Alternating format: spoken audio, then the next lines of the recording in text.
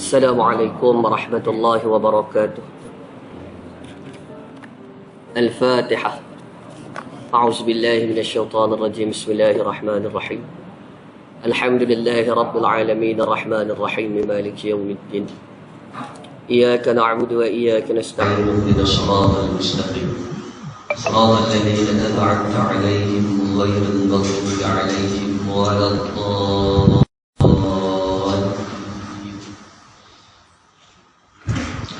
Alhamdulillah wassalatu wassalamu ala rasulina al-amin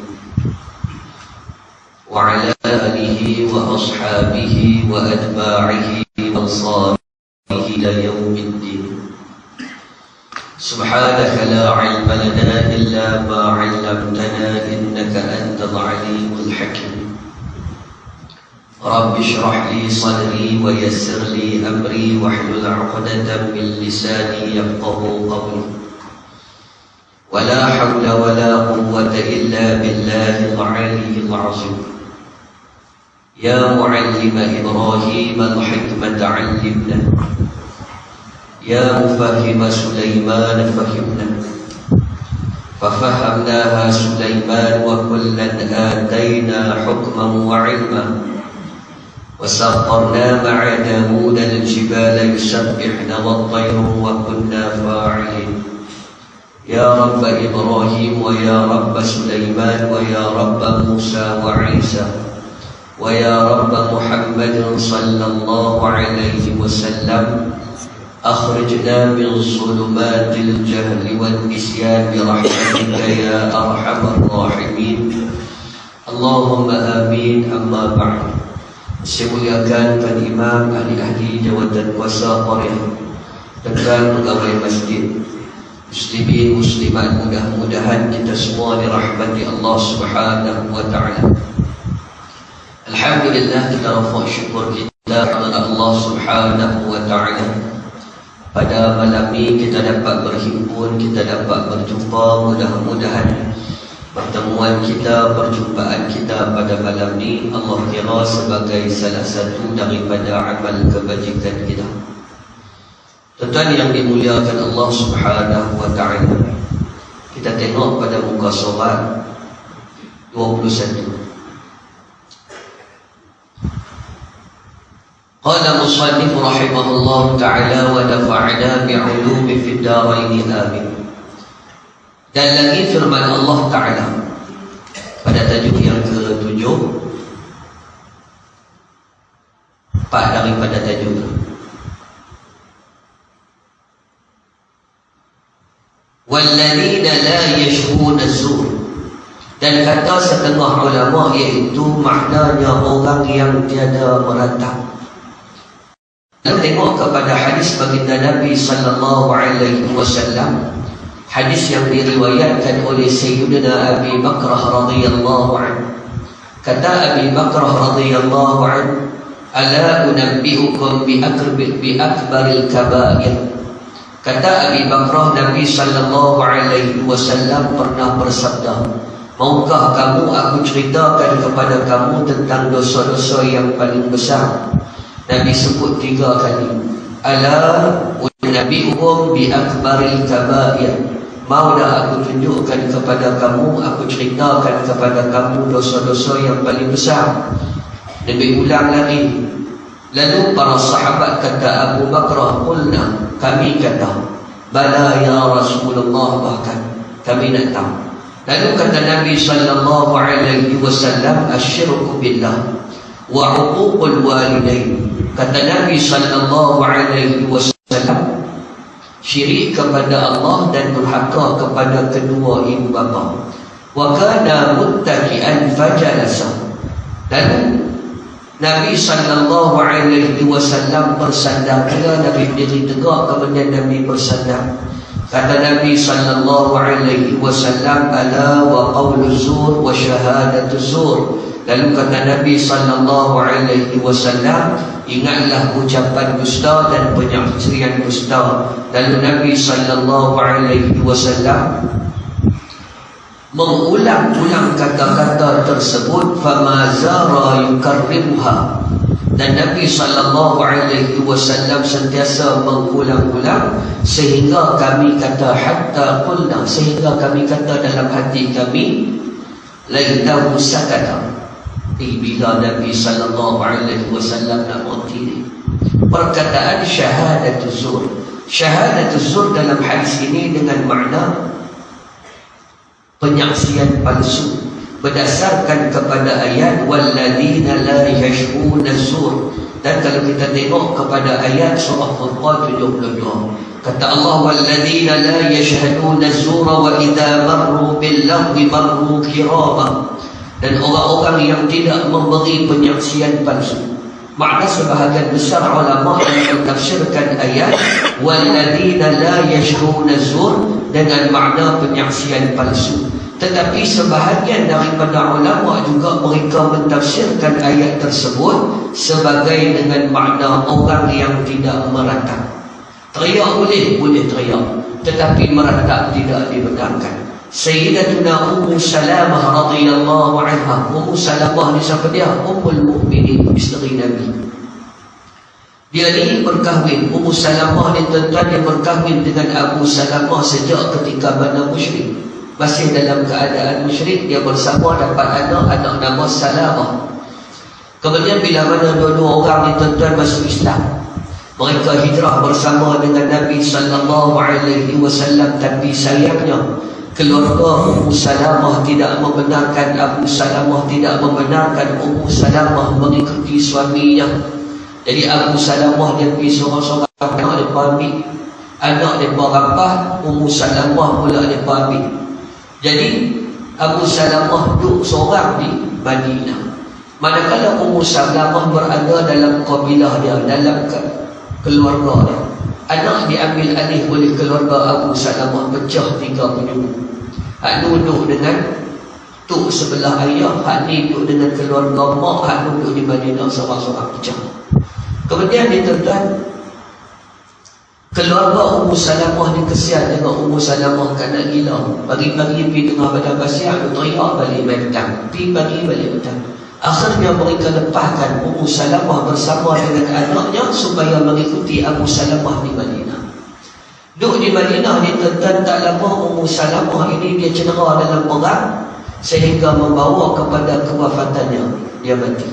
Bila dia mati, Ummu Salamah ni tuan-tuan, dia teriak dalam keadaan meraung, teriak dalam keadaan meratap. Maka Nabi SAW melarang Ummu Salamah daripada berbuat demikian, dan Nabi gantikan ucapan yang cantik, ucapan yang elok bila berlakunya kematian. Apa dia? Inna lillahi wa inna ilaihi raji'un. Allahumma ajurni fi musibati wa akhlif li khairan minha. Inna lillahi wa inna ilaihi raji'un. Itu disebut sebagai istirja'. Allahumma ajurni fi musibati. Ya Allah, berilah pahala, berilah ganjaran kepada aku dengan musibah ni. Wa akhlif li khairan minha. Gantikan kepada aku yang lebih baik daripadanya. Itu ucapan yang seharusnya dan sunat kita ucapkan kalimah tersebut bila mana berlakunya musibah ke dalam kehidupan kita, bukan dengan cara meratap.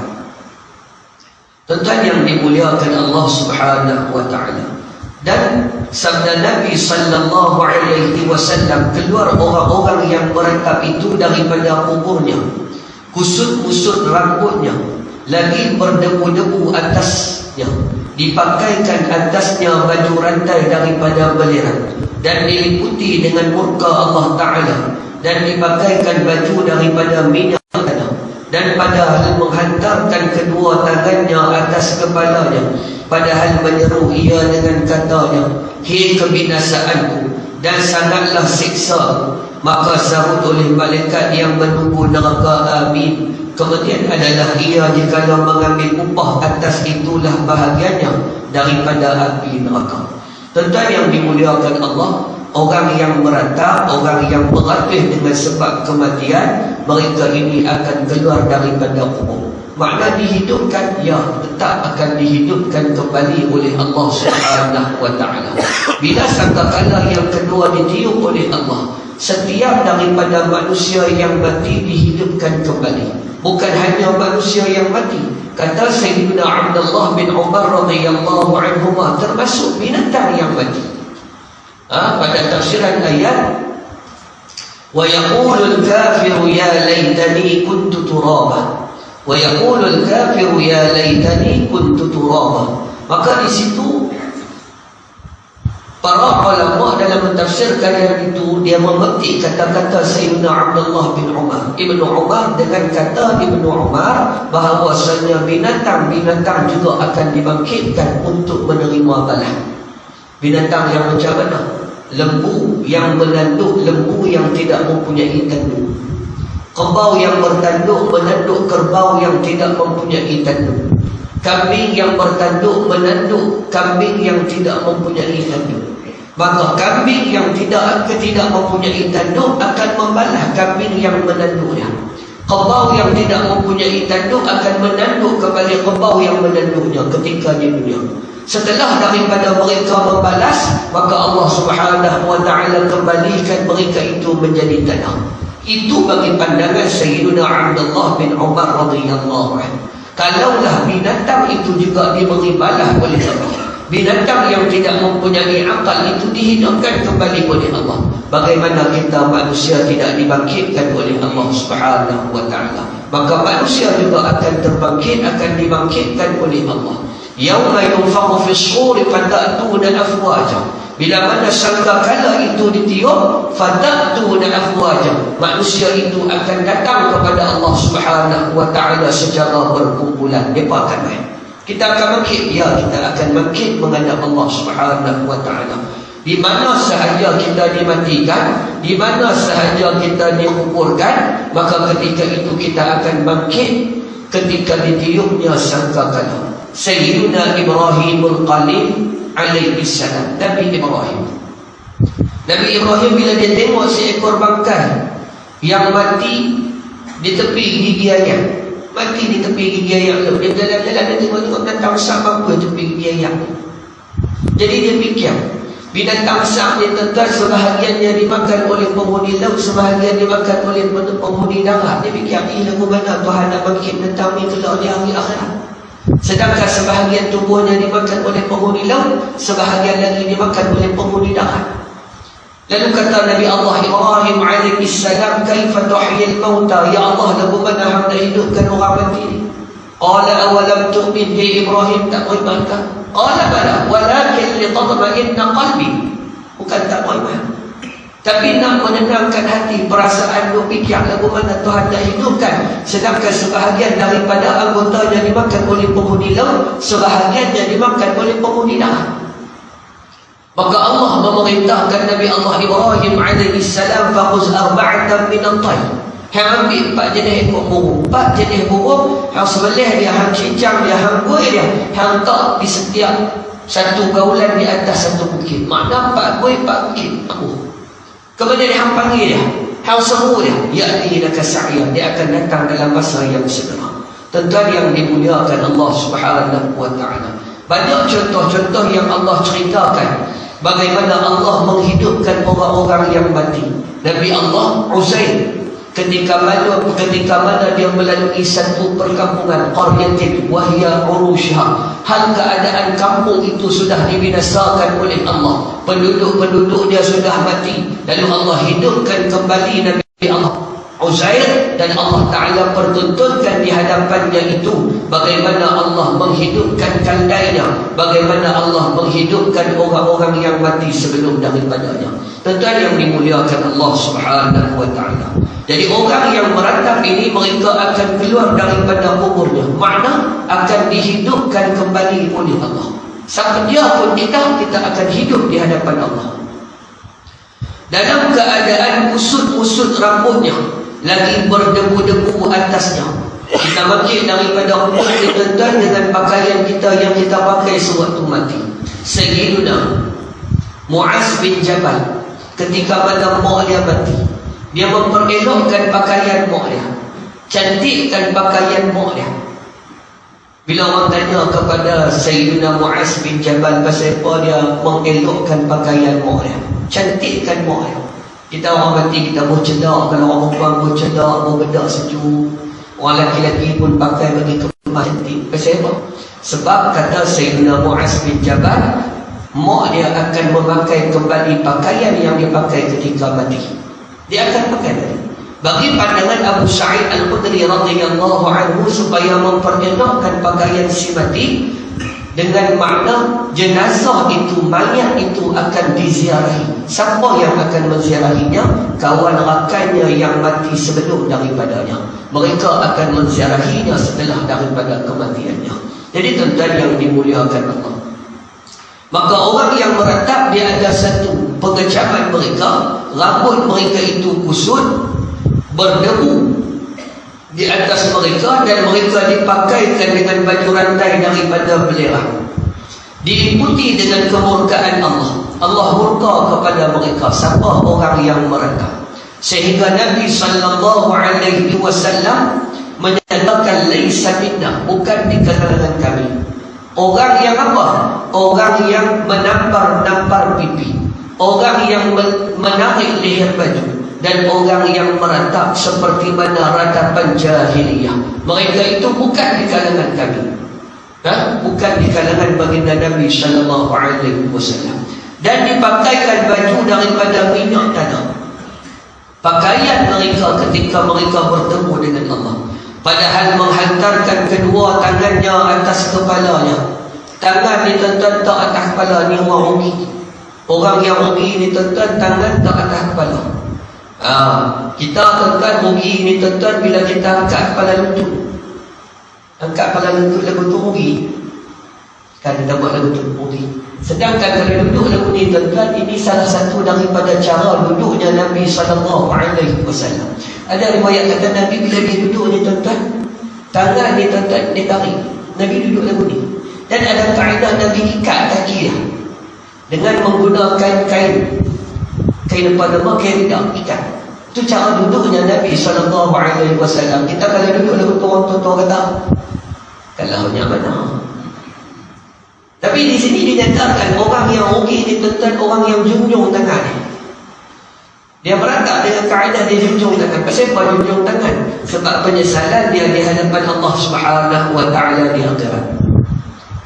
Padahal ia menyeru dengan katanya, hei kebinasaan aku, binasalah aku, binasalah aku, dan sangatlah siksa aku. Maka sahut malaikat yang menunggu neraka. Malaikat yang menunggu neraka, nama dia apa? Nama dia malaikat balik, malaikat zabaniyah, malaikat azab, yang menunggu mereka dalam neraka. Kemudian adalah ia jikalau mengambil upah atas, itulah bahagiannya daripada neraka. Kalau seandainya kerja dia atas dunia dulu ni, usaha kerja dengan tujuan ambil upah, maka macam itulah bahagian dia di hari akhirat kelak. Macam tu keadaan dia di hari akhirat kelak. Dan kata setengah daripada ulama, aku tanyakan Hasanul Basri. Dia bertanya kepada Imam Hasanul Basri. Siapa Imam Hasanul Basri? Seorang tabi'in. Dia sempat bertemu dengan generasi sahabat. Dia tak sempat bertemu dengan Nabi SAW. Dengan Nabi dia tak ada sempat jumpa. Dia sempat berjumpa dengan sahabat, maka dia disebut sebagai tabi'in. Dan ia merupakan ulama di kalangan tabi'in, Imam Hasan al-Basri ini. Kalau tuan-tuan pernah dengar mazhab Mu'tazilah, dalam akidah dia ada satu mazhab, dia panggil mazhab Mu'tazilah. Mazhab Mu'tazilah diasaskan oleh Wasil ibn Atta. Wasil ibn Atta. Wasil ibn Atta adalah anak murid kepada Imam Hasan al-Basri. Bila dia tak bersependapat dengan guru dia Imam Hasan al-Basri, i'tazala Wasil. Maka Wasil ini memencilkan diri dia daripada guru dia Imam Hasan al-Basri. Dan riwayat menyatakan Imam Hasan al-Basri, kalimah Hasan, nama Hasan itu dinamakan oleh isteri Nabi, Ummul Mukminin Sayyidatuna Zainab radhiyallahu anha. Zainab menamakan Imam Hasan al-Basri dengan nama Hasan. Ketika lahirnya Imam Hasan al-Basri, mak dia bawa berjumpa dengan Sayyidatuna Zainab radhiyallahu anha. Sayyidatuna Zainab tanya, apa nama budak ni? Dia tak ada nama. Bila tak ada lagi nama, maka dinamakan dia dengan nama Hasan. Orang tanya, ulama tanya Imam Hasan al-Basri, adakah perempuan sahabat yang muhajirin? Orang-orang perempuan di kalangan muhajirin orang yang hijrah daripada Madinah, hijrah daripada Mekah ke Madinah, hijrah daripada Yaman ke Madinah. Dan sahabat dia tak hijrah daripada Mekah, dia hijrah daripada Yaman. Siapa dia? Abu Musa al-Asy'ari dan juga kabilah dia. Mereka hijrah daripada Habsyah ke Yaman, seperti mana Sayyidina Ja'far bin Abi Talib. Ja'far bin Abi Talib termasuklah isteri Nabi yang bernama Ramlah binti Abi Sufyan. Mereka ditentukan hijrah daripada Mekah ke Habsyah. Duduk di Habsyah lama sehinggalah tahun yang ke-7. Tahun yang ke-7 mereka keluar daripada Habsyah, mereka mai ke Madinah. Nabi SAW baru selesai berhadapan dengan peperangan Khaybar. Perang Khaybar, perang yang melibatkan Islam dengan Yahudi. Dalam perang Khaybar dimula menang. Dalam keadaan suasana menang perang, tiba-tiba muncul Sayyidina Ja'far bersama dengan para sahabat daripada Habsyah. Nabi kata, aku tak tahu seronok apa satu. Sama ada seronok menang perang ataupun seronok didatangi oleh sahabat-sahabat daripada Habsyah, termasuklah isteri Nabi Sayyidatina Ramlah binti Abi Sufyan. Ja'far bin Abi Talib ditentukan adalah sepupu kepada baginda Nabi SAW. Jadi ulama dia bertanya kepada Imam Hasan al-Basri, adakah perempuan di kalangan sahabat muhajirin? Sahabat muhajirin pada masa Nabi SAW mengerjakan mereka itu akan meratap ini. Ada tak di kalangan sahabat-sahabat perempuan muhajirin mereka meratap bila berlakunya kematian dalam kalangan ahli keluarga mereka? Maka katanya Imam Hasan al-Basri, tiada seorang mengerjakan yang demikian itu. Tak ada pun dia kata. Imam Hasan al-Basri kata, demi Allah sesungguhnya lalu seorang perempuan atas Nabi SAW, hal keadaan telah mati berperang bapanya dan saudaranya dan anaknya pada perang sabilillah, padahal ia menangis. Maka bersabda Nabi SAW baginya, apa suatu yang menangis akan tikam? Maka katanya, sungguhnya telah habislah laki-laki mati bagiku. Maka sabda Nabi SAW, sabarlah engkau dan adalah bagi engkau syurga. Maka berkata ia, demi Allah tiadalah aku menangis lagi kemudian daripada hari ini apabila adalah bagiku syurga, sebab meninggalkan menangis itu. Tuan-tuan yang dimuliakan Allah, lalu Imam Hasan al-Basri dia cerita satu kisah bagaimana seorang wanita, seorang sahabiah pada zaman Nabi SAW yang kematian ayahnya, kematian saudaranya, kematian anaknya dalam perang. Anak mati dalam perang, ayah mati dalam perang, abang mati dalam perang. Tuan-tuan yang dimuliakan Allah, orang yang mati syahid ni tuan-tuan dia boleh beri syafaat. Dia boleh beri syafaat. Sebab tu kita tengok budak-budak, kan budak-budak orang tua yang mati di bumi Gaza. Keluarga sedih, bukan tak sedih murung lah tuan-tuan. Kalau tak sedih murung. Laki mati bini sedih, bini mati laki sedih. Tapi janji Allah mereka pegang lebih kuat.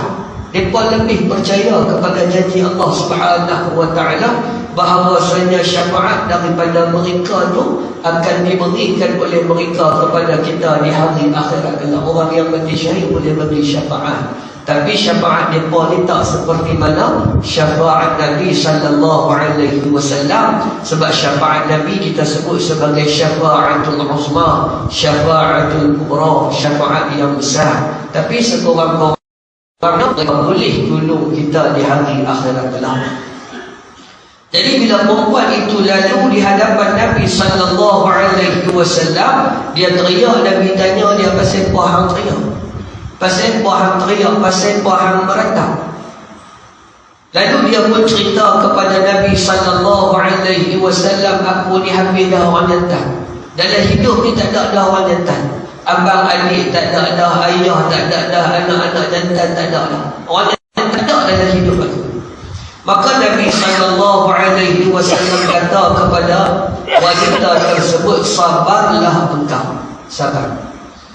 Ucapan ini pernah diberikan oleh Nabi SAW kepada keluarga Ammar. Sabran ya ala Yasir fa inna maw'idakumul jannah.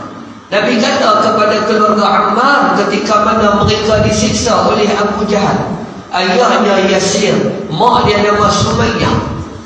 Periksaan yang tidak boleh diterima. Sebab tu Abu Jahal ditentukan dipanggil, sebelum dipanggilnya Abu Jahal, dipanggilnya ia dengan panggilan Abul Hakam. Panggil ke dia Abul Hakam, bukan nama dia Abu Jahal. Nama dia bukan Abu Jahal, nama dia bukan Abu Hakam. Itu gelaran. Nama dia Umar bin Hisham. Ada riwayat kata nama dia Amru bin Hisham.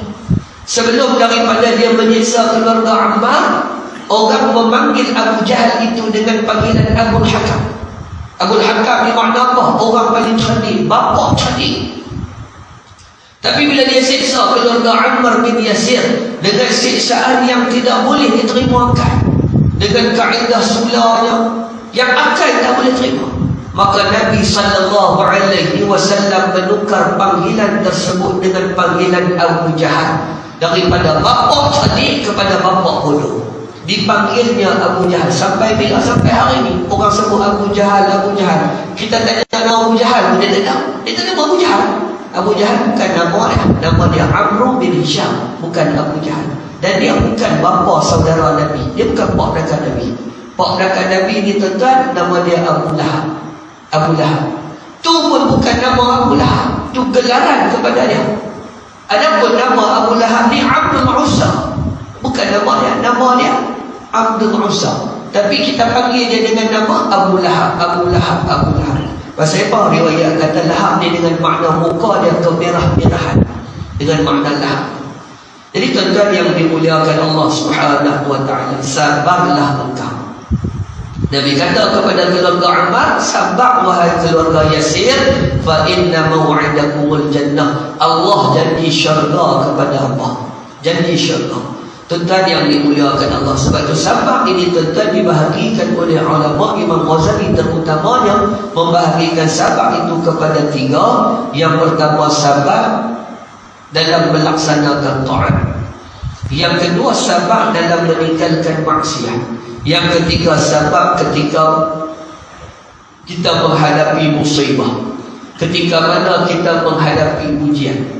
Ujian dalam hidup inilah tuan-tuan sebagai benda yang menyeronokkan. Kalau hidup tak ada ujian tuan-tuan, tak seronok. Itu betul ya. Tak ada seronok. Tapi bila mana Allah bagi uji, kita selamat daripada ujian, kita seronok. Contoh sakit. Bila kita sihat, kita rasa apa? Kita rasa seronok. Ambil dia kata rasa seronok sikit. Awal dia kata baru boleh keluar, dia tak sakit 3 minggu lah.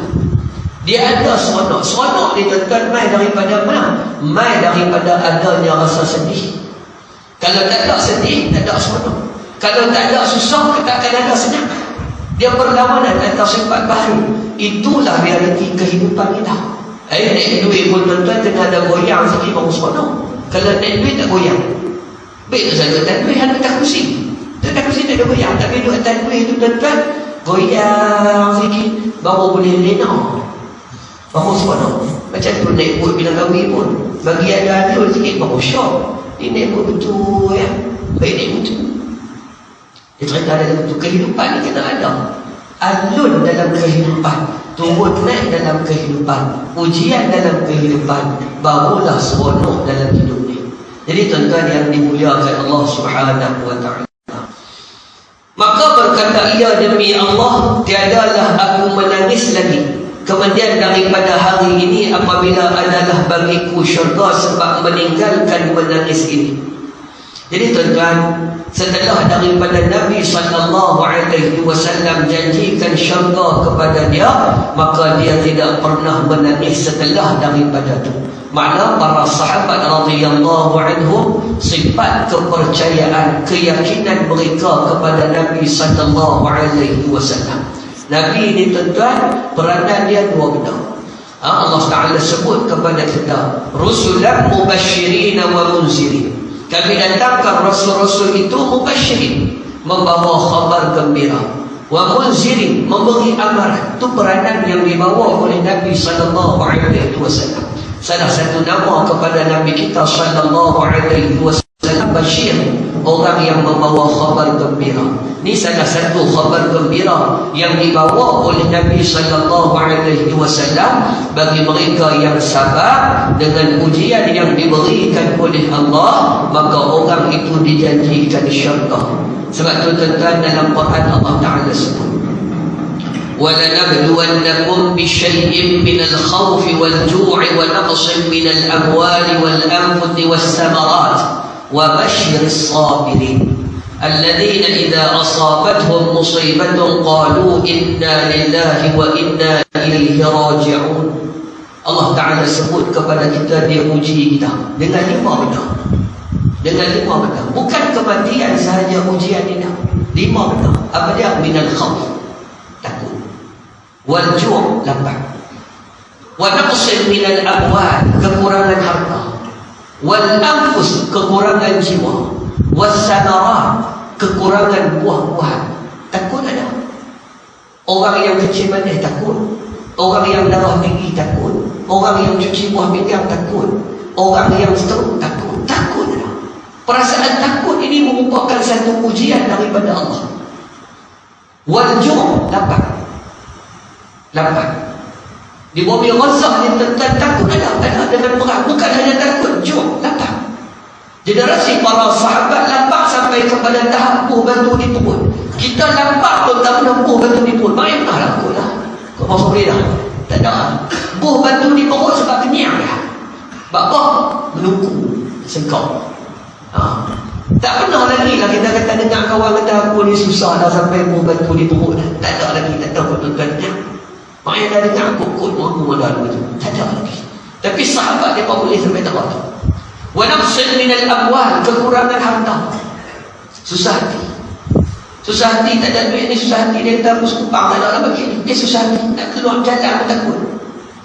Wal anfus, kekurangan jiwa, kematian. Was samarat, kekurangan buah-buahan, bukan. Padi tak nak boleh, susah hati, susah hati. Wa basyir sabirin, berilah khabar gembira kepada orang yang sabar. Siapa dia orang yang sabar ni? Alladzina idza asabathum musibah, orang yang apabila Allah uji mereka dengan satu-satu musibah, sama ada musibah takut ke, musibah lapar ke, musibah kekurangan harta, musibah kematian, musibah kekurangan daripada kemenjadian buah-buah mereka, pendapatan mereka itu berkurang. Ujian Allah Ta'ala beri kepada mereka, qalu inna lillahi wa inna ilaihi raji'un. Mereka mengucapkan kalimah istirja'. Apa dia? Inna lillahi wa inna ilaihi raji'un. Hak ni salah satu daripada benda yang kita kena yakin, sebab Allah janji dalam Quran, wa basyiris sabirin, beri khabar gembira kepada orang yang sabar. Dia boleh tahan diri dia daripada nak marah. Dia boleh tahan diri dia daripada sedih yang melampau. Dia boleh tahan diri dia daripada mencaci maki ketentuan Allah Subhanahu wa ta'ala. La yusibana illa ma kataballahu lana. Tidak menimpa kita melainkan semuanya telah ditentukan oleh Allah kepada kita. Allah tentukan. Jadi wanita Muhajirin bin Tuhan, dia percaya kepada Nabi sallallahu alaihi wasallam yang datang dengan membawa kebenaran. Nabi sallallahu alaihi wasallam bin Tuhan, dia bukan malaikat, dia bukan tahu benda ghaib. Baru bimbing Quran.